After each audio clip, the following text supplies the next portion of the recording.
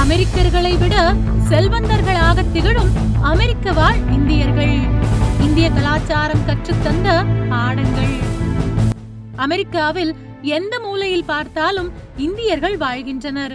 அங்கு வெறும் பிழைப்பு நடத்துவது மட்டுமின்றி பொருளாதாரத்தில் சிறந்து விளங்குகின்றனர். அமெரிக்க மக்கள் தொகையில் ஒரு சிறிய பகுதியாக இருந்தாலும் இந்தியர்கள் அந்த நாட்டில் பணக்காரர்களாக, மிகவும் செல்வாக்குமிக்க மற்றும் வெற்றிகரமான தனிநபர்களாக உருவாகி இருக்கின்றனர்.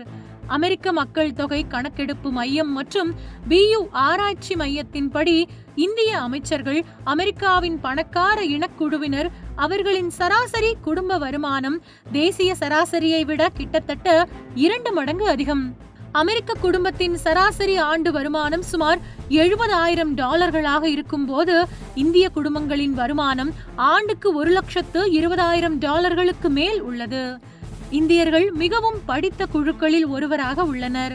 அமெரிக்கா சராசரியான 30% ஒப்பிடும்போது கிட்டத்தட்ட 70% இந்தியர்களிடம் இளங்கலை பட்டம் அல்லது அதற்கு மேற்பட்ட பட்டங்கள் உள்ளன.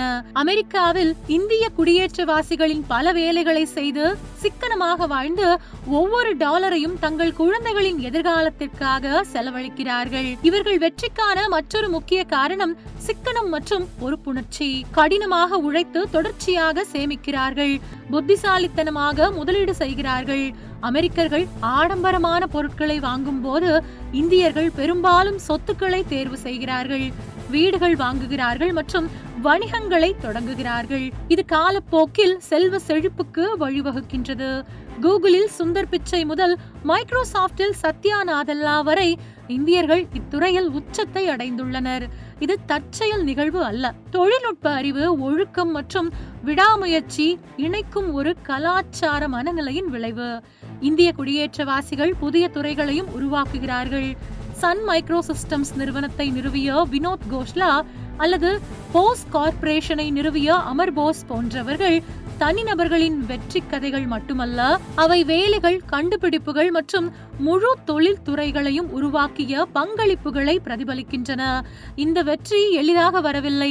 இனவெறி, கலாச்சார ஸ்டீரியோ டைப்புகள் மற்றும் சமூக தனிமைப்படுத்துதலை எதிர்கொண்டுள்ளனர். இந்த தடைகள் அவர்களை தோற்கடிக்க அனுமதிக்காமல் அவற்றை உந்து சக்தியாக பயன்படுத்துகிறார்கள். அவர்கள் தங்களை நிரூபிக்க கடினமாக உழைக்கிறார்கள். இவ்வளவு செழிப்பாக மாறினார்கள் ஏனெனில் செல்வம் என்பது பணம் மட்டுமல்ல என்பதை அவர்கள் உணர்ந்தார்கள். செல்வம் என்பது அறிவு, செல்வம் என்பது ஒழுக்கம், செல்வம் என்பது தியாகம், செல்வம் என்பது சமூகம், செல்வம் என்பது விடாமுயற்சி. அவர்கள் முதலில் இந்த செல்வங்களை உருவாக்குவதில் கவனம் செலுத்துகிறார்கள். பின்னர் நிதி செழிப்பு இயற்கையாகவே அவர்களை தேடி வருகிறது.